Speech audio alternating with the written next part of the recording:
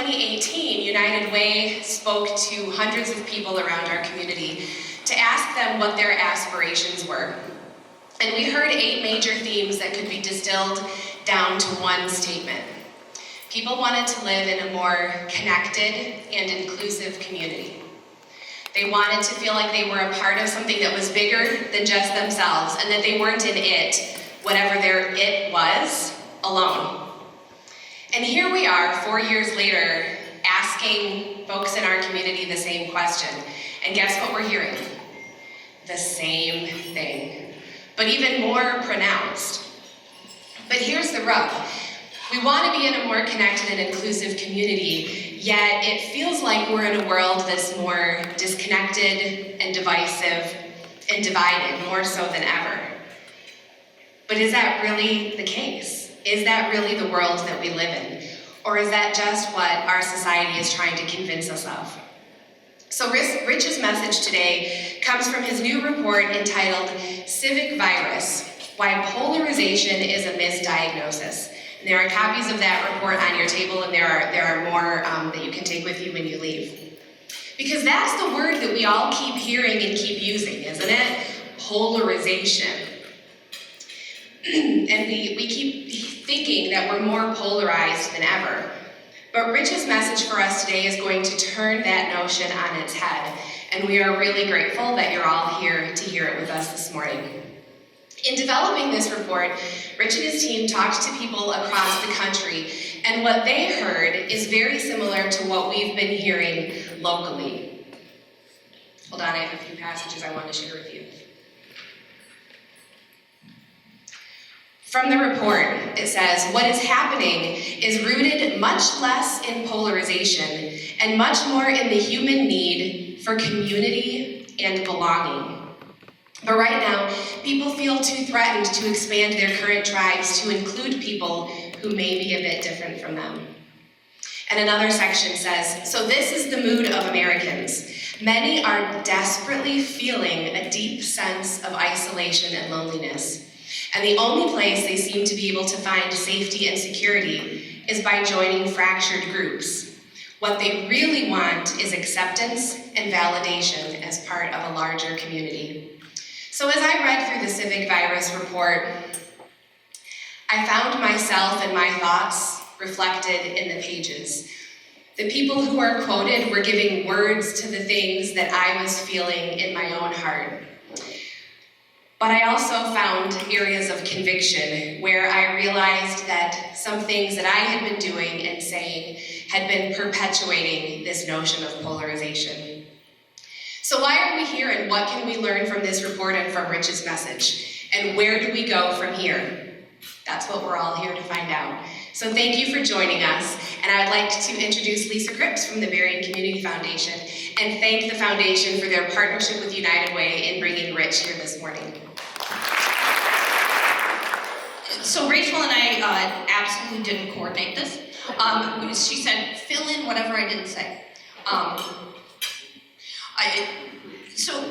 But when I was coming here today, I was like, why are we doing this? We've come to a lot of these things, right? And usually, how are we going to do this? How are we going to be better?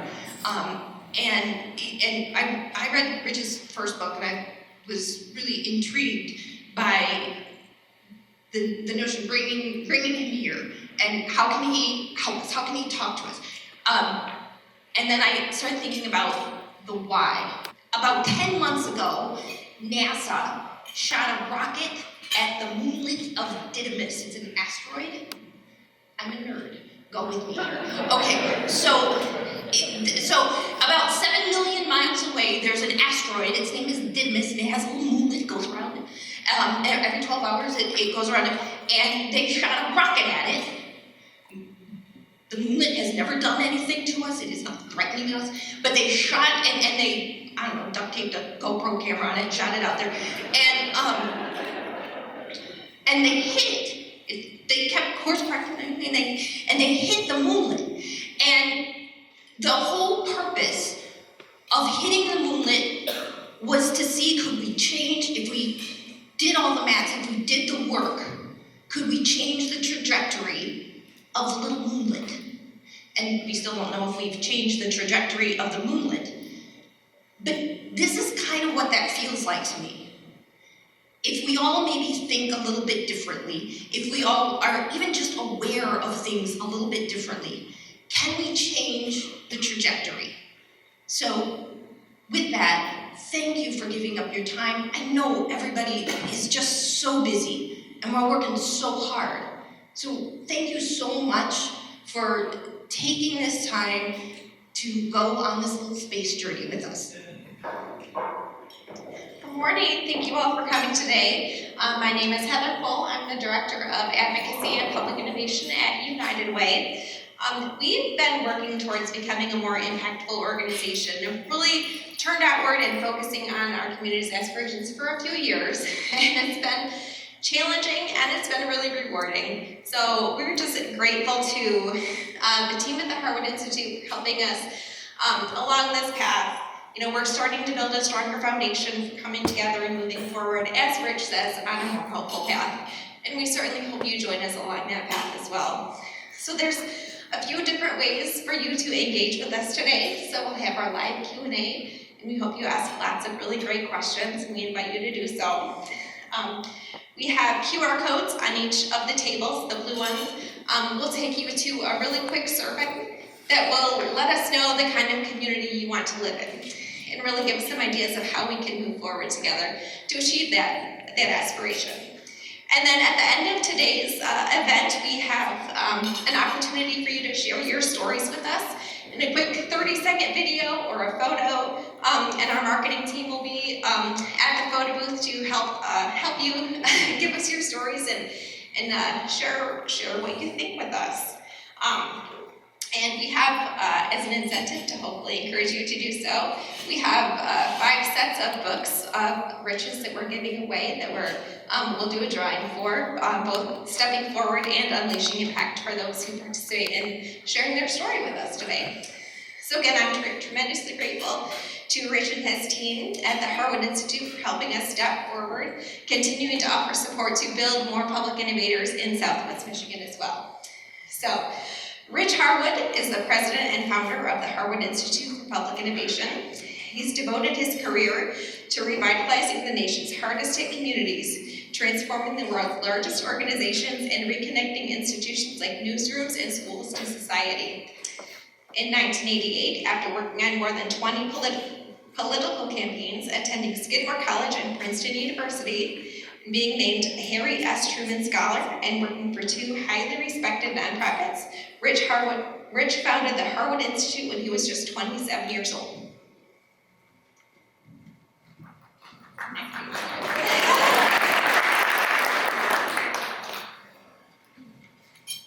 Over the past 30 years, Rich has developed a philosophy and practice of how communities can tackle shared problems, create a culture of shared responsibility, and deepen our civic faith.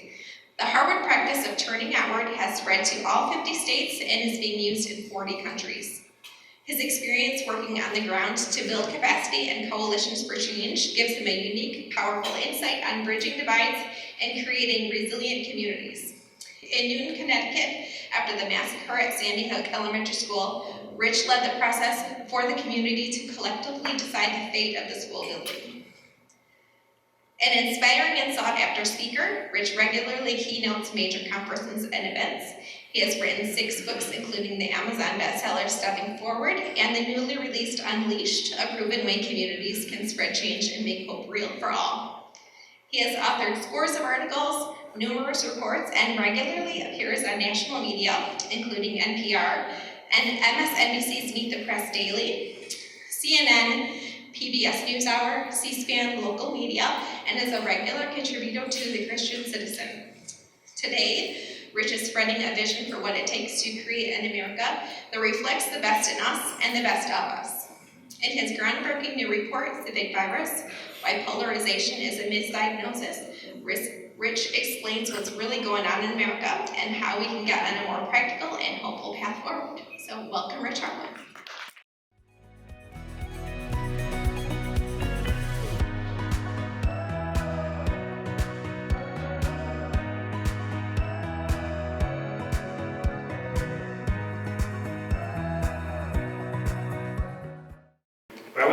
about something serious this morning with you for the next few minutes, if that's okay. And that is my deep belief, and I suspect you might share this, that we need healing and hope in America today. That we have been through in the last 3 years a heck of a time. A pandemic, the likes of which we haven't seen in 100 years, that's wreaked havoc on our lives, our work lives, our families, the economy. Economic changes that, while the economy is doing well, many Americans, as you know, right here in Michigan, are not doing so well. They haven't rebounded. We've had a reckoning with social justice and race issues in this country, and our history, too late, I might add. And we may be even retreating from it, unfortunately, but it's come nonetheless. We're watching a war unfold in Ukraine in the 21st century, and wondering how, in God's name, is this even possible in this day and age? And yet it's happening before our eyes every night. Those poor folks in Ukraine are suffering every day. Every day. You may be coming into this room, I don't know, but I suspect that some of you might be coming into this room feeling tired. Some of you might be coming into this room feeling fatigued by all this. Some of you might be coming into this room feeling worn out and worn down. Is that true? Someone just stopped me in the hall and said, I've been doing this work for years and I don't know if I can keep going. I had someone in a town not too long ago turn to me and said, I've been doing this work for 35 years. I'm committed to it, but I don't see any change happening. And I don't know if I can keep going, if it's worth it anymore to make this personal investment to do this. And so the question for me, and maybe the question for you too, is, Lisa was talking about the trajectory. For me, the question is, how can we create a new trajectory for hope in America today? A trajectory that includes all of us, not just some of us. A trajectory that makes community a common enterprise where we're all pulling in the same direction with common cause and common direction to a common destination, and we leave no one behind. And how is it, while we're creating that new trajectory for hope, we can ensure that every individual in Southwest Michigan, in the 3 counties you represent, can fulfill their God-given potential? And that every single individual, not just some of us, but all of us, can be part of America's promise moving forward. That's why I'm here today. Because I believe we need healing and hope that puts us on a different path in this country.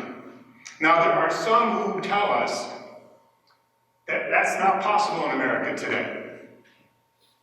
That we're too polarized. We're too divided. It's really loud. And I believe it's still really loud.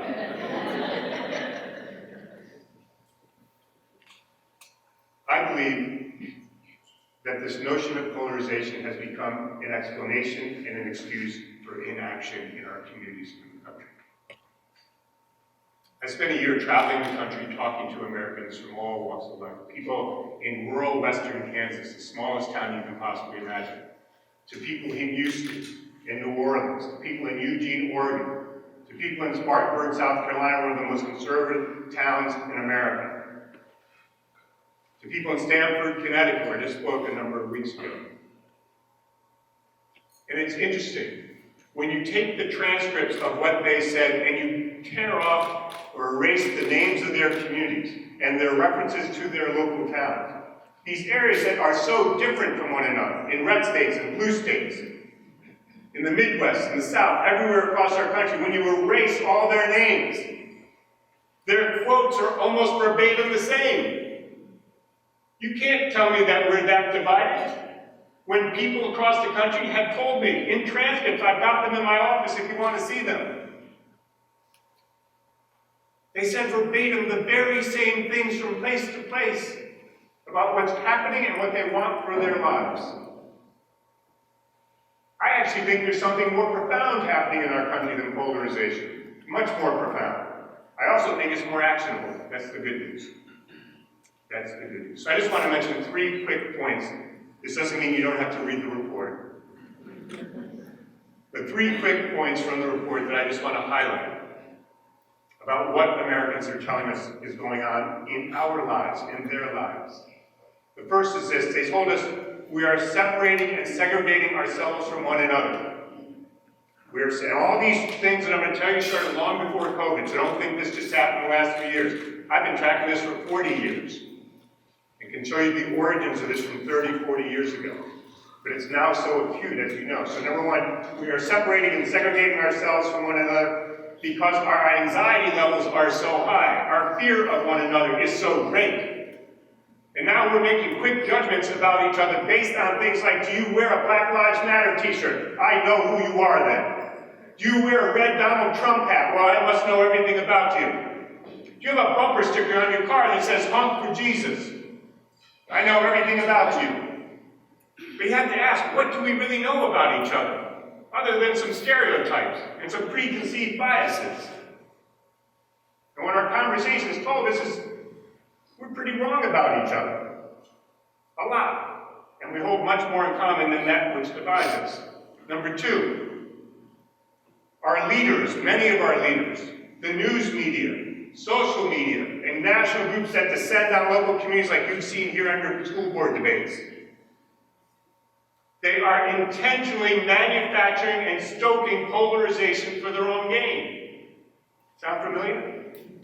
Our leaders are doing it from Washington, D.C., where I live, from Lansing, probably right here in Southwest Michigan as well, for their own political gain, to raise money, to gain votes, to scare the hell out of us. Why? For their own good. Our news media do it to gain viewers and listeners and eyeballs. Why? For ratings. Social media does it, and they have algorithms that take us down rabbit holes. And before you know it, you're in some special place that bears no relationship to reality. Now you're building these preconceived notions that you have about other people, right? When I listen to this and I hear these things, I say, who gave these folks the right to do this to our country? Who gave them the mandate to be so divisive and corrosive and negative at the expense of people's lives, when their mission is to serve us? Is to serve us. Third, seeing no way out, what we're finding is Americans tell us that they engage in a natural human response. So I've got a group of social work and human behavior professors over here at the table from Andrews University, so I'm going to be careful what I say. So this is your cue to leave. Just kidding. Right here. What they say is they engage in a natural human instinct, which we all do, which is fight or flight. Our adrenaline starts to run, we get scared. And we decide either that we're going to join with other people, like-minded folks, and come out swinging, or as many Americans have decided, we decide to retreat altogether from public life, turn our backs on it, and walk away, right? Sound familiar? As Rachel said, the reason why people join these smaller and smaller groups and camps and what's called tribes is not simply because they want to pursue their own political agenda. It's because they're looking for belonging, and that's the only place they find it. They're looking for validation of some notion that they're carrying in their head. They're looking for acceptance. And what these groups provide them are all those things. And so it's human nature to go to the place where you can find belonging and community and acceptance. And so we divide up even more, based on finding safety and security. Oftentimes not a whole lot more than that. You remember when you were a kid? For me, that was so long ago, I'm not sure I can do that.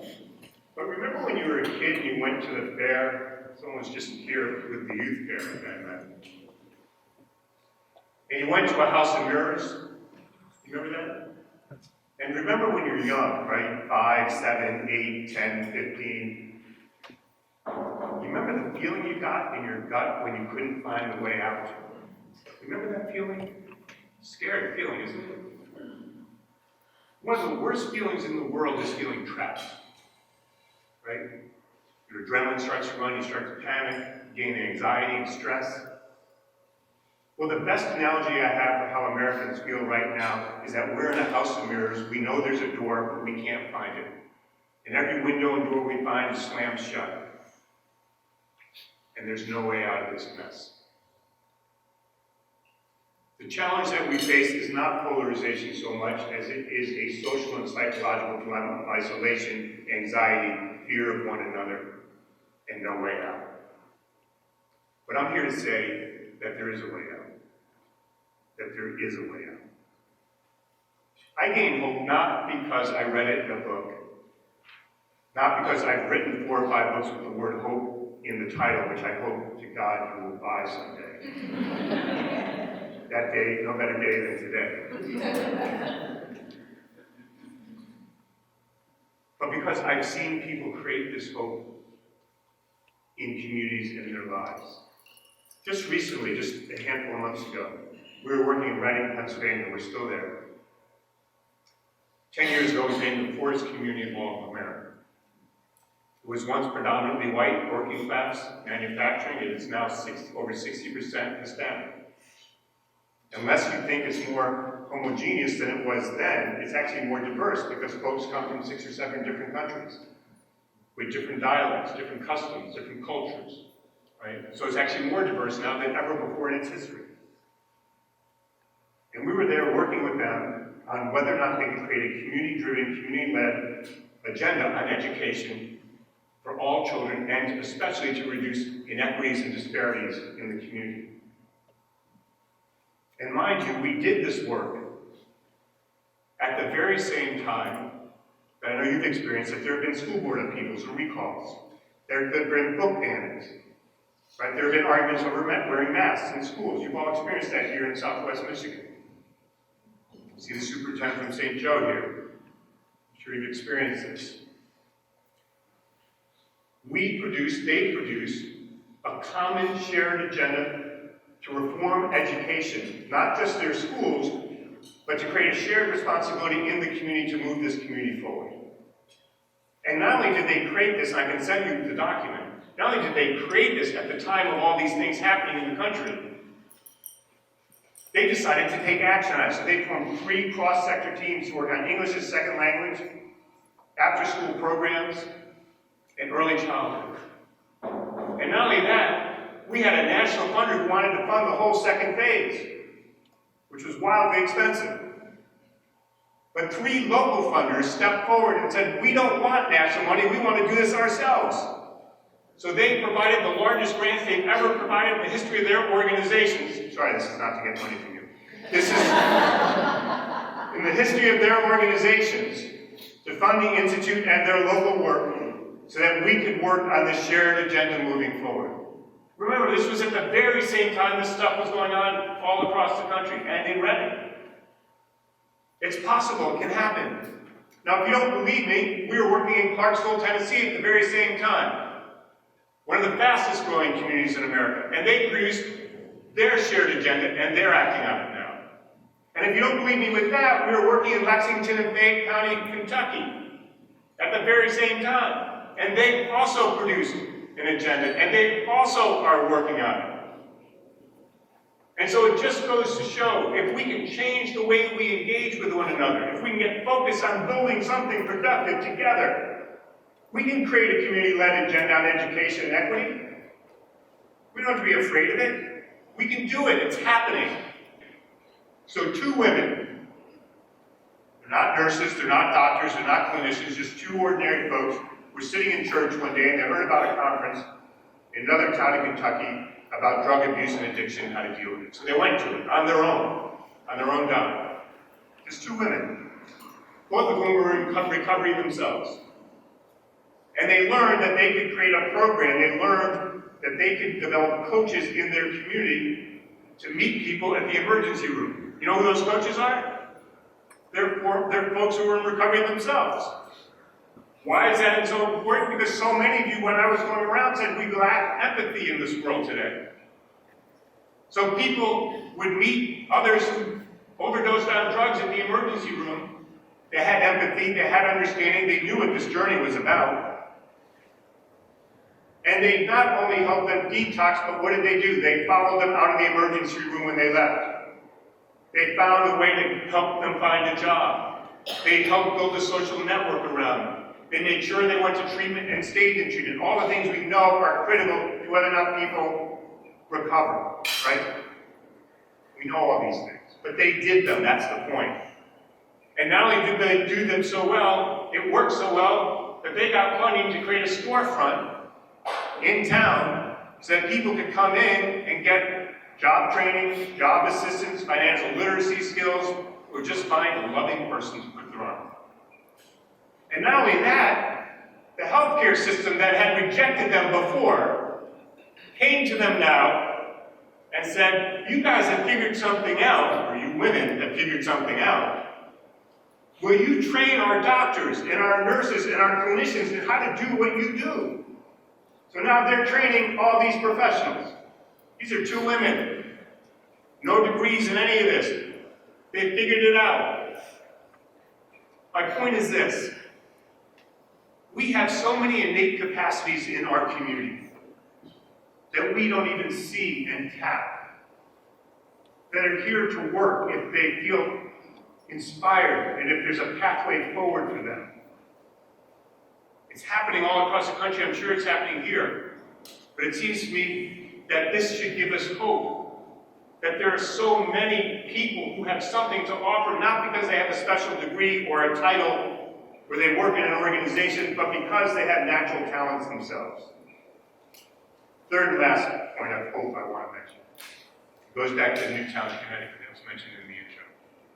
You remember in 2012, this was the first major massacre in the United States, right? 20 first graders were shot down and 6 adults. Remember that? It's only gotten worse since then. Just a few weeks after that massacre occurred, I got a phone call from what's called the first selectman, essentially the mayor of Newtown. And she's asked me, will you come to Newtown and help lead, help design, or lead a process by which the community can figure out how to move forward, what we should do with this building, which is now a crime scene, and how we move forward in terms of education in the community. My first response was no. I had a lot of self-doubt about whether or not I had anything to offer, about whether I knew how to do this. There was no roadmap for this process. And so I thought about it, and I was going to call the mayor back and say no. And then as I thought about it, I was thinking, don't I have some obligation to step forward if she's asking me to do that? Can I take advantage of my experience working in places like Flint, in Battle Creek, in Youngstown, in Mobile, Alabama, and Mississippi Delta? Can I take advantage of the own trauma that I experienced as a child for decades and bring that to bear here? And so I went. The mayor had set up a task force of 24 elected officials from 4 different governing bodies, all of whom were divided and didn't like each other. Everyone said it's a recipe for disaster. Half the town didn't want to have this conversation yet because it was just months after the massacre, and the other half wanted to move forward. And so we started this process, and we started to engage in discussions about what does it mean to think about not this building, but what kind of community do we have, and how do we move forward from this despair and trauma. As we went through this process, we got to what was supposed to be the last meeting where we were going to make a decision what to do with the building and how to move forward as a community, except the day before, I got on a plane to fly up from Washington, where I lived, just to Hartford, and then drive to Newtown. There's an article in the Wall Street Journal, a big article, that said 30 teachers released letters saying they will never go back to Sandy Hook Elementary School under any condition. We were just about to make a decision that night about what to do. So I flew up, and there were hundreds and hundreds of people in a room just a fraction of this size from the community. CNN, the Wall Street Journal, the New York Times, every major news outlet in America had been covering us for months, and they were all there. Scores of cameras and news media people. And everyone was waiting for this decision that we were going to make. And I stood up in the middle of the room because I was leading these meetings, and I said, I'm sorry, but we need to clear the room because we've decided that we're going to meet with these 30 teachers. And so everyone cleared out, including the news meeting. And the 30 teachers came in. It was the most harrowing evening I've ever spent, where they told me about how they heard the gunshots, where they told me how they hid their kids in closets and storerooms, how they told me how they hid them in bathroom stalls, how they told me how when they looked out into the hallway, they saw their colleagues shot down, writhing in pain, and asking for help, but there was no way to go into the hall and give them help. After we spoke to them for a few hours, it was just me, the task force, and a couple of psychiatrists in the room. We went back out, and all the news media came back in. The hundreds of people filed back in. And I stood in the center of the room, and I said, tonight's not the night for us to make a decision. We're not ready. The task force was beside themselves. And so we did have a conversation that night. And I told the task force to go away and to talk to people that they trust about what they think we should do, because we need to do something. And making no decision was a decision too. So when I got back to my office the next day, I started getting predictable phone calls from the Wall Street Journal, CNN, New York Times. And before I could even say hello, they said to me, see, we told you this could never work. We told you this would always fail. We told you this was always a fool's errand. So 2 weeks later, I flew back up, and we met way into the morning hours. And the task force was divided. Some folks wanted to tear the building down and build a new, others wanted to go to a new site. We were at an impasse. And through conversation and working together, some of them realized that unless they stepped forward and reached out their hand to others, there was no way we were going to be able to move this community forward. Not the building, but the community and people's lives. This would be the first public act after the massacre. And so over time, people did reach out, and they did reach a compromise, and they did decide to tear the building down and build anew on the same spot. So when people say to me that we can't move from trauma and despair to healing and hope in this country, I say no. It's possible.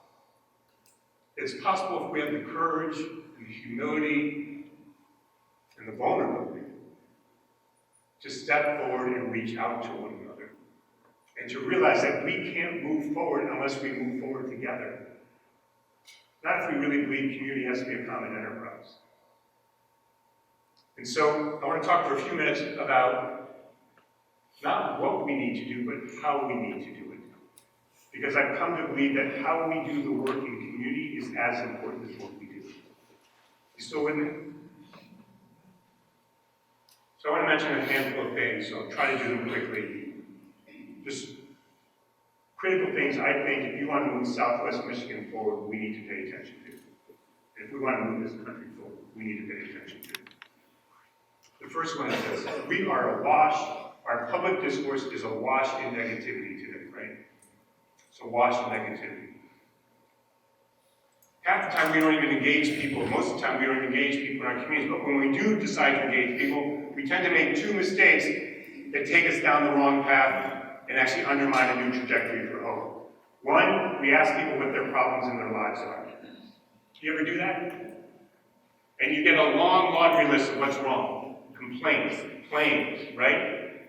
And as people start to do this, they start to wonder, why haven't these problems already been solved? And when they think about that, they want to know, well, who the heck was supposed to solve them to begin with? And when they figure that out, they want to start to figure, well, how can I cast aspersions at that person because they didn't do their job? And before you know it, everyone's a consumer of public life where someone else is supposed to do something for us, and we hold no shared responsibility for moving the community forward ourselves. That's the first part. That leads us to a cul-de-sac of toxicity, where we just spin around. It's a dead end. The other thing we do when we don't do that, I don't know if any of you have been involved in this, and I apologize this is insulting to anyone, but it's the truth. You ever been involved in these vision exercises? You know, with the little yellow dots? You ever been involved in those? Where people say, you know, don't talk too much. Just put your dot next to the thing you care the most about, right?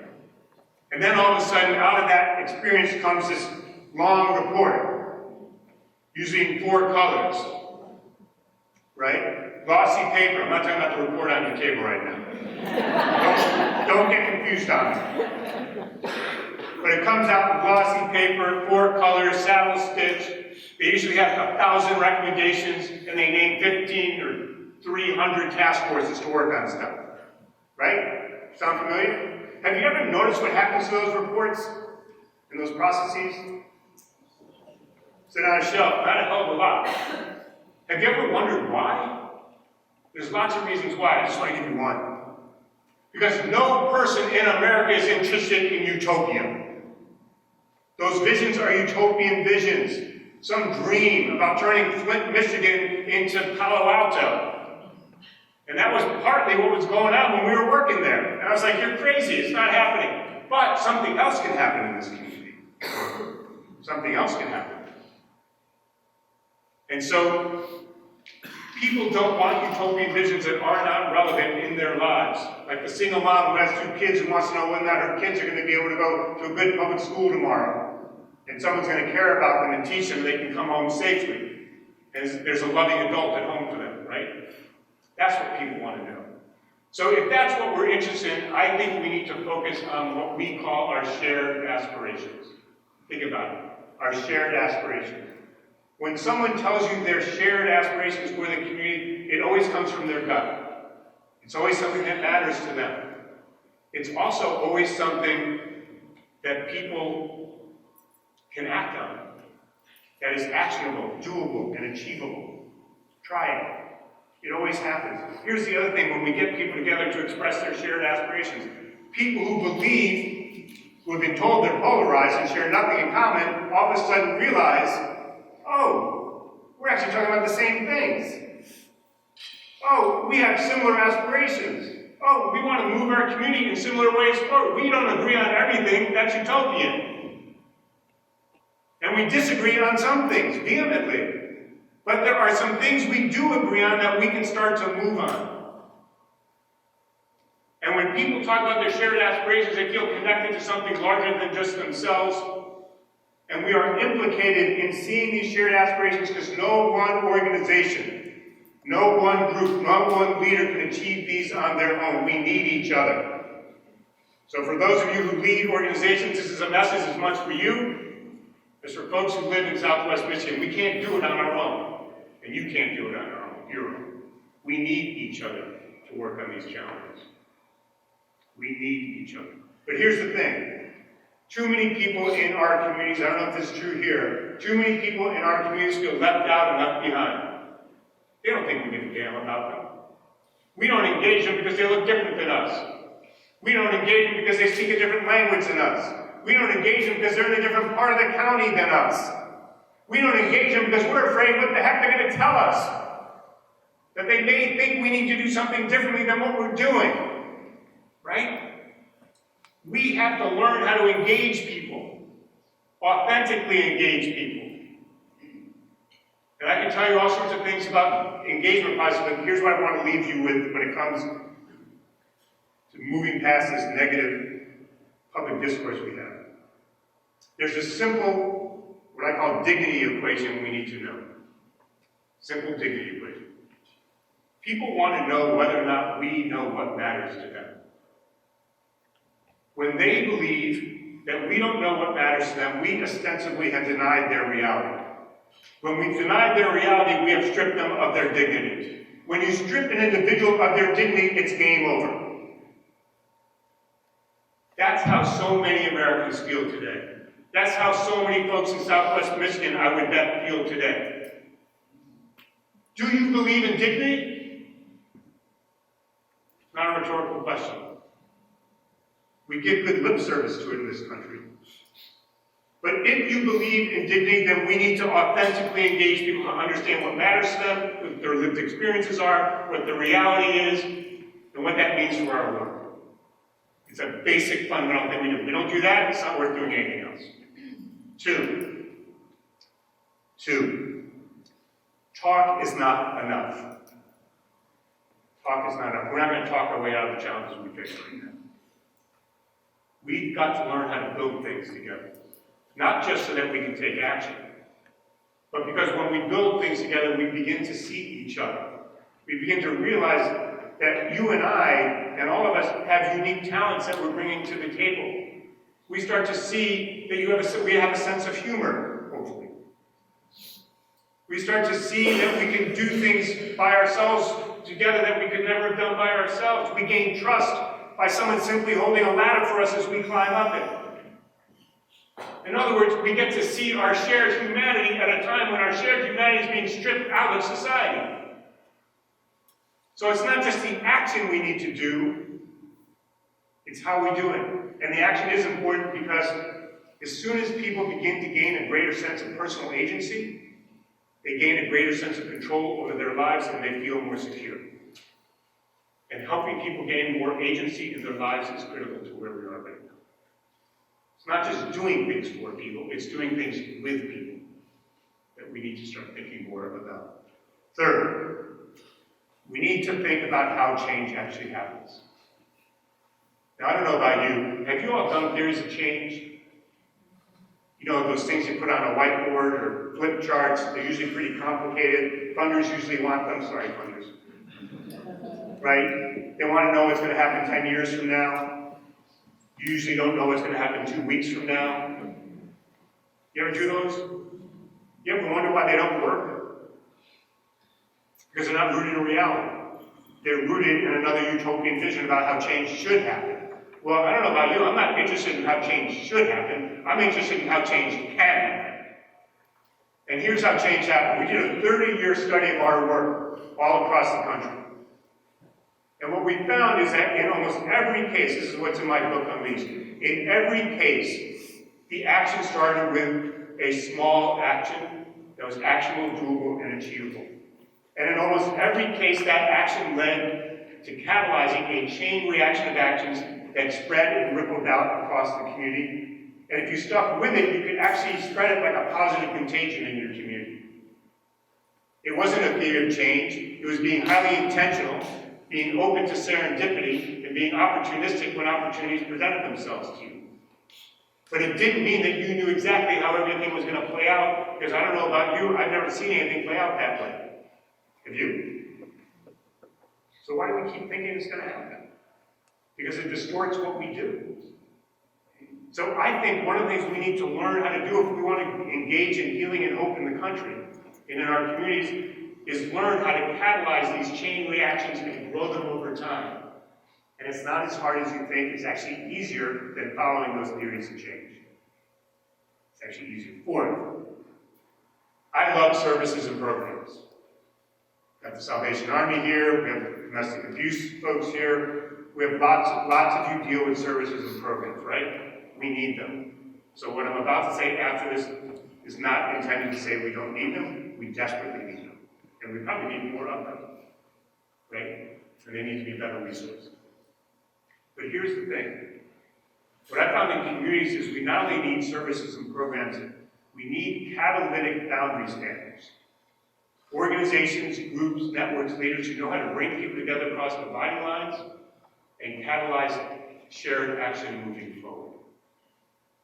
Now, what I'm not talking about is that somehow or another we should do better coordination. You all done that? I'm not talking about that because that's just taking all the existing things we have and just lining them up. Doesn't necessarily create a different result. I'm not talking about writing a grant proposal with the word collaboration in it. Because you and I both know, I'll just put your hands over your ears, that you don't have any intent to collaborate. You're just looking for the money. You can say, okay, Zach, as soon as we get this money, we'll get together a couple times, but we're not really going to collaborate. Right? In Lexington, Kentucky, who has an abundance of resources, programs, leaders, organizations, they got everything. But what we found is holding that community back the most is that they keep bringing people together, and they have plans for everything. They keep bringing people together, coordinate and collaborate, except they never do this. They actually never have a hard conversation about what it is they're really trying to act on together and achieve together. They never really have a hard conversation about what it means for what each of us is going to have to do, and the implication is that some of us are going to have to change. They never have the hard conversation about who's really going to get the resources, because who's got the greatest lever to create the change we need that the rest of us can follow. So they're just doing collaboration, coordination, and name. And it's holding them back, because they keep creating these groups, but they don't create any different results. So here's the thing. If we want to move Southwest Michigan forward, we need more catalytic groups that can create spaces where we can figure out what our true shared agenda is, what we're really trying to achieve together, how we really need to work together, and what's going to have to give, because something is going to have to give. Are you prepared for that? Because that's, I think, what it's going to take. That's what it's going to take. Last one. Am I over time here?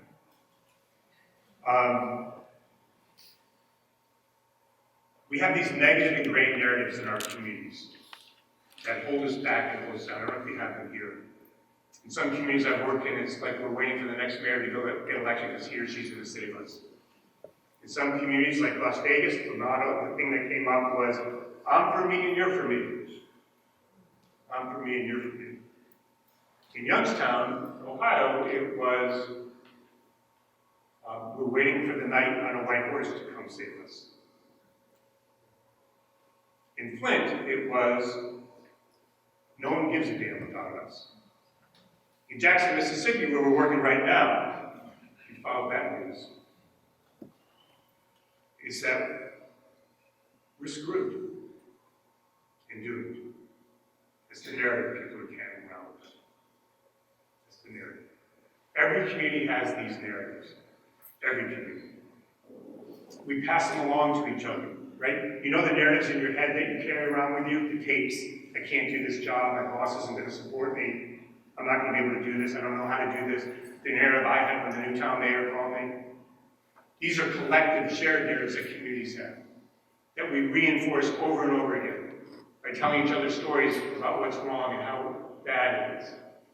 And these narratives, they shape our attitudes and mindsets, they shape our behaviors and actions, they shape whether or not a community can move forward. In the 35 years I've been doing this work, these narratives are the greatest hidden factor to whether or not communities move forward. The problem is when we try to act on this, we hire a PR firm to dream up some silly campaign and tell us our community is just fine, when we know damn well it's not. And that just creates frustration and cynicism. Right? We create slogans about our communities that don't reflect anything real about our community. Has this ever happened around here? I've never been in a community where it hasn't. That's okay. The question is not what you've done in the past, the question is what are you going to do moving forward. And here's what I think we need to do. I think we need to shape better narratives about ourselves that are rooted in real things in our community, that illuminate the good, the bad, and the ugly when we're trying to do this work. And in a really practical sense, the first step in this, which I'll just share with you because there's many others, but the first step is that I found in doing this work that all of us, all of us, I want to say, who do this work, we don't even see we're making progress. We're so knee-deep in the work, and the work is so hard, that we don't believe we're making any progress, when in fact we are making progress. To work on education issues today is a long haul. To work on domestic abuse today is a long haul. To work with youth today is a long haul. There's no short-term answer to these things. There are steps we can take. And so one of the things that we've created at the Institute is a tool called Making the Invisible Visible. Making the invisible visible. We need to make visible first to ourselves and then to other people in the community what we're working on, why we're working on it, and the progress that we're making along the way. You don't have to get to the final end. There is no end. Let's get that out of our mind. There is no end. There's just this journey we're on, and hopefully on the right trajectory. On the right trajectory. But in order to create that trajectory, we need stories of change that give people a sense of possibility and hope. Those stories come from your work and the things that you're doing with others. We want to start to do healing and hope moving forward. So let me close with this. I did start this when I was 27 years old, and that was just 5 years ago. More like 35 years ago. And over these years, I'm not naive about this work. I've worked in some of the hardest places in the country and hardest places in the world. This is really hard work that we're all involved in. Let's just be honest about it.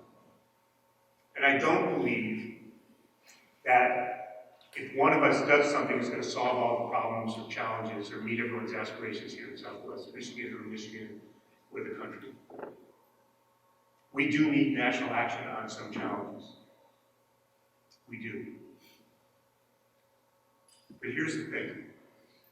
When I look at American history, the change that always started in our country never started in our nation's capital, nor even in our state capitals. It always started in our local communities. When we founded this country, there was no capital. There were 13 colonies who didn't even agree on anything other than they wanted King George out of here. They didn't have a cell phone, faxes, networks, nothing. But they banded together and figured out how to move forward. That started in local communities, people coming off farms in small towns. When we faced the scourge of slavery in this country, the abolition movement started in towns by local folks, in churches, in pubs. It didn't start in Washington, D.C. with Abraham Lincoln. It didn't start with Abraham Lincoln. When we had to fight for women's suffrage, it didn't start in Washington, D.C. or Albany, New York, or any of these other places. It started in local communities where people got together, right? Our fight against slavery was good, but too late. Our fight for women's suffrage was great, but came too late. When we had child welfare laws, they came too late, but they came nonetheless, and they started in local communities. Civil rights and voting rights started in local communities, not Washington, D.C. The great change that always begins in this country starts in local communities and bubbles up. And then eventually we peel off some state leaders and national leaders who have seen the light, who want to do business differently, and they join with us, not us with them. They join with us to create a better country, a more perfect union, where we reimagine who we are and we recreate where we're going together.